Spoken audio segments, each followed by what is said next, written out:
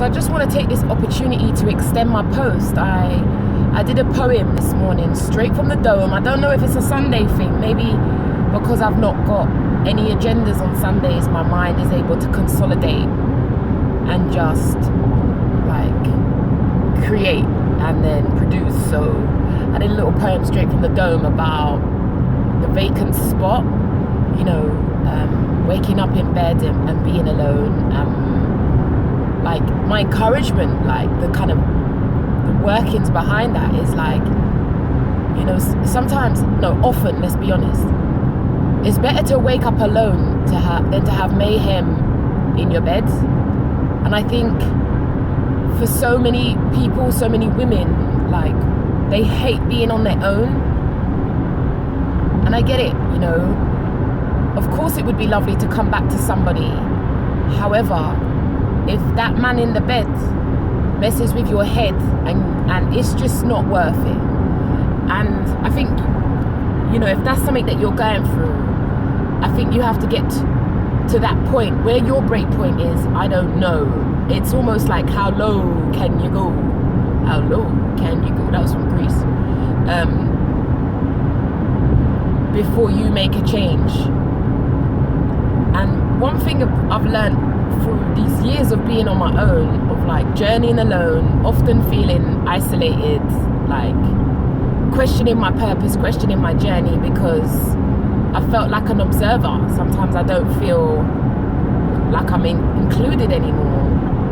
But then finding my tribes or finding other like-minded spirits who are on their own journey and really valuing those relationships, and like as the dust settles, like, you know, if you hate being alone, if you hate being with yourself, like life is gonna get really tricky, because you are all you got, and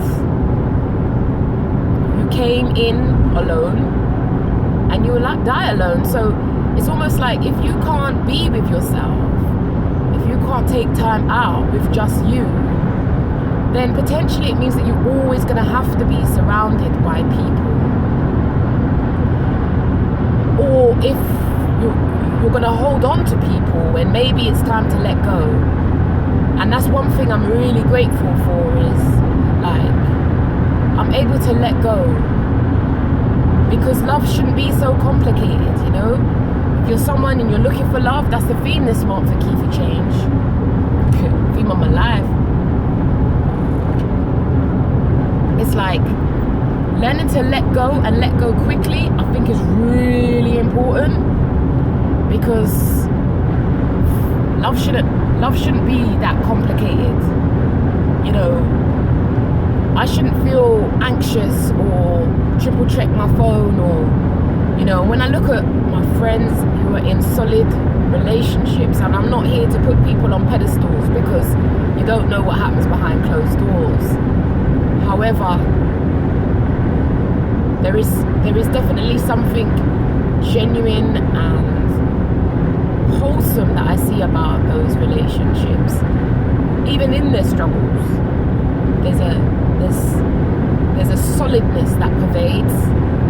And for me, I just think love shouldn't hurt. Love should not hurt, and it shouldn't be that complicated. And yes, you know, we all have baggage, we have lives, we have busy lives, overly busy lives. But it shouldn't make you feel anxious, and it shouldn't be such hard work. And I think if you're looking for love, one of the key things is that in those early stages, when it's just starting out, you've got to pay close attention. Now, it's all easy and lovely to get caught up in it. And if you're a heart person, the emotional person, that's my default. You can get dragged along with that. It's a beautiful feeling. It's a euphoricness. It's lovely to feel it. I love that feeling. However, we have to be mindful. We've got to pay attention. Because if we start sweeping things under the rug or ignoring them same things come back to bite you months, maybe even years later. And by then we've got attached. So I think if you're looking for love, you may meet someone, you may connect, and there's a great potential, but do not be seduced by potential. You know, that was one of my shortcomings. I used to be seduced by potential. And actually, potential needs a whole range of other factors to bring potential to fruition. Loyalty, commitment, respectfulness, timeliness. Watch somebody's words, listen to what they say, pay close attention, and then notice the anomalies. You know, you've got to pay attention for the anomalies between what somebody says and what they do. And for me, that's really fundamental. And I'm really proud that I can let go a lot quicker than I used to, you know, because it shouldn't be such hard work. You know, obviously relationships take work, but it shouldn't be such hard work. And that's how I'm able to maintain my well-being. You know, that's how I'm able to look after myself, because I'm very mindful about who I give my vulnerability to. You know, my vulnerability is a gift. If I gift you my vulnerability, I'm gonna watch how you deal with that.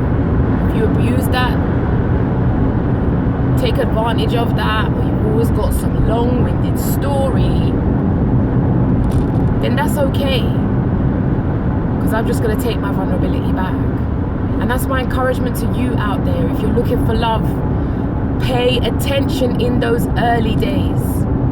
Pay close attention. I know that may feel tricky because you're so caught up in the feeling of it all.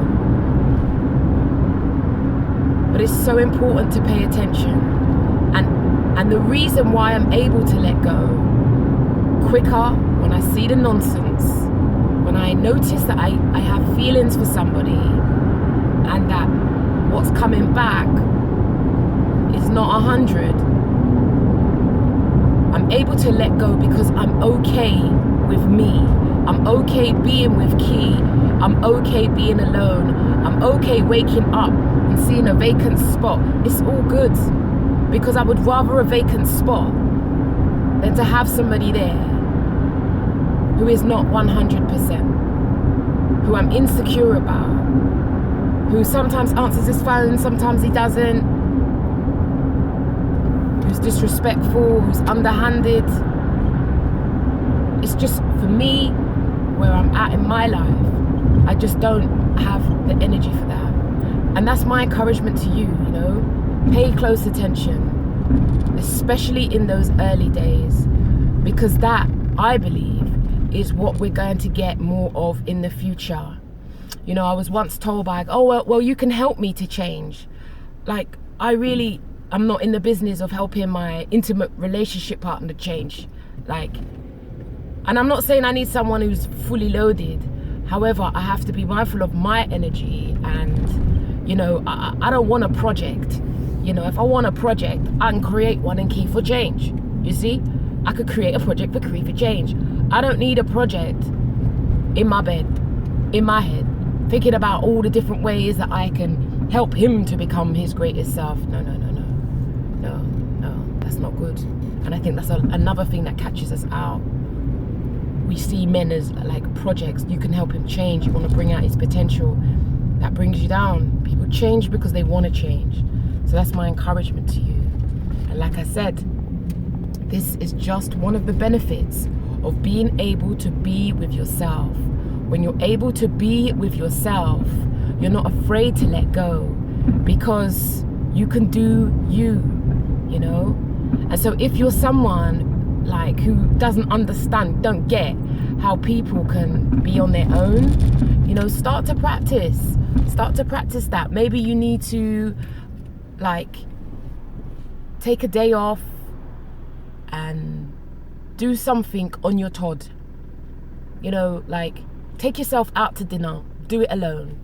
Start small. I'm a big fan of that. Take care of you, because if you don't, no one will.